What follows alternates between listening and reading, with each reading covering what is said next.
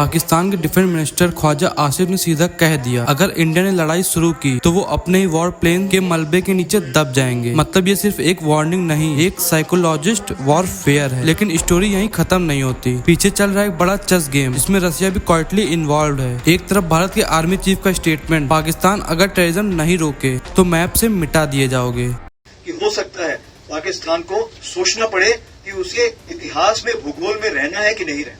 और दूसरी तरफ पाकिस्तान के डिफेंस मिनिस्टर ख्वाजा आसिफ की धमकी, इंडिया को अपने वॉर प्लेन के मलबे के नीचे दबा देंगे। ये सिर्फ बयान नहीं, ये एक ऐसी लैंग्वेज है जहाँ डिप्लोमेसी खत्म और बैटलफील्ड शुरू हो जाती। अब सवाल उठता है, आसिफ का असली मकसद क्या है? क्या वो सच में वॉर के लिए रेडी है या फिर ये एक पॉलिटिकल स्टंट है अपनी आवाम को जोश में रखने के लिए? पाकिस्तान के अंदर आज भी इकोनॉमिक क्राइसिस, IMF लोन और इंटरनल इंस्टेबिलिटी अपने पीक पर है। तो आसिफ जैसे लीडर के लिए इंडिया का नाम लेना एक पॉलिटिकल ऑक्सीजन बन गया है, जिससे लोगों का ध्यान असली प्रॉब्लम से हट जाए। लेकिन यहाँ एक और ट्विस्ट है, रसिया।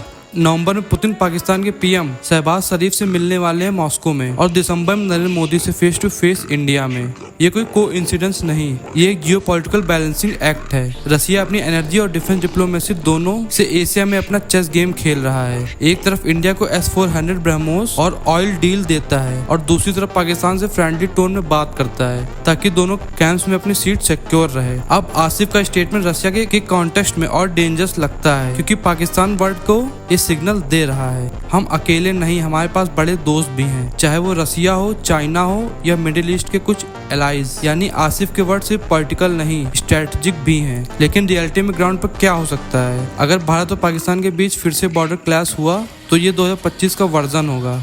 AI, साइबर वॉरफेयर और प्रोपेगेंडा के साथ। आज के टाइम में सिर्फ गन्स नहीं चलती, डीप फेक, मिस इन्फॉर्मेशन और AI जनरेटेड फेक न्यूज भी लड़ाई का हिस्सा बन गई हैं। जैसे मई 2025 में बॉर्डर टेंशन के दौरान फेक वीडियोस और AI एडिट्स ने दोनों देशों में कंफ्यूजन मचा दिया था। कोई बता रहा था 6 इंडियन जेट गिराए गए, कोई कह रहा था पाकिस्तान ब्लफ कर रहा है। सच का पता किसी को नहीं चला, और इसी कंफ्यूजन का फायदा उठाते हैं पॉलिटिशियन और पावर प्लेयर्स। ये सिर्फ बॉर्डर की लड़ाई नहीं है, ये डिजिटल और साइकोलॉजिकल बैटलफील्ड है, जहाँ एक स्टेटमेंट, एक वीडियो और एक ट्वीट पूरी दुनिया में आग लगा सकती है। और जब रसिया जैसे प्लेयर बीच में आते हैं, गेम और भी कॉम्प्लेक्स हो जाता है। पुतिन एक तरफ इंडिया के साथ डिफेंस और एनर्जी में पार्टनरशिप मेंटेन कर रहे हैं, और दूसरी तरफ पाकिस्तान को इनवाइट कर रहे हैं ताकि वेस्ट के प्रेशर में भी उनका इन्फ्लुएंस साउथ एशिया में बना रहे। यही रसिया का रियल चेस मूव है, और इंडिया का बोर्ड, और इंडिया उस बोर्ड का राजा है, पाकिस्तान सिपाही के जैसे। ख्वाजा आसिफ के शब्दों में गुस्सा है, लेकिन उनके पीछे का डर और स्ट्रेटजी और भी बड़ी है। वो जानते हैं भारत के पास मिलिट्री पावर भी है और ग्लोबल सपोर्ट भी, लेकिन वो अपनी आवाम को ये दिखाना चाहते हैं कि पाकिस्तान कमजोर नहीं, चाहे सच हो और ही क्यों ना हो। तो अगला सवाल ये है, ये झगड़े, ये स्टेटमेंट और ये पावर गेम्स आखिर किस तरफ ले जा रहे हैं साउथ एशिया को? शांति की तरफ या तबाही की तरफ? आप क्या सोचते हैं? कमेंट में जरूर बताइए।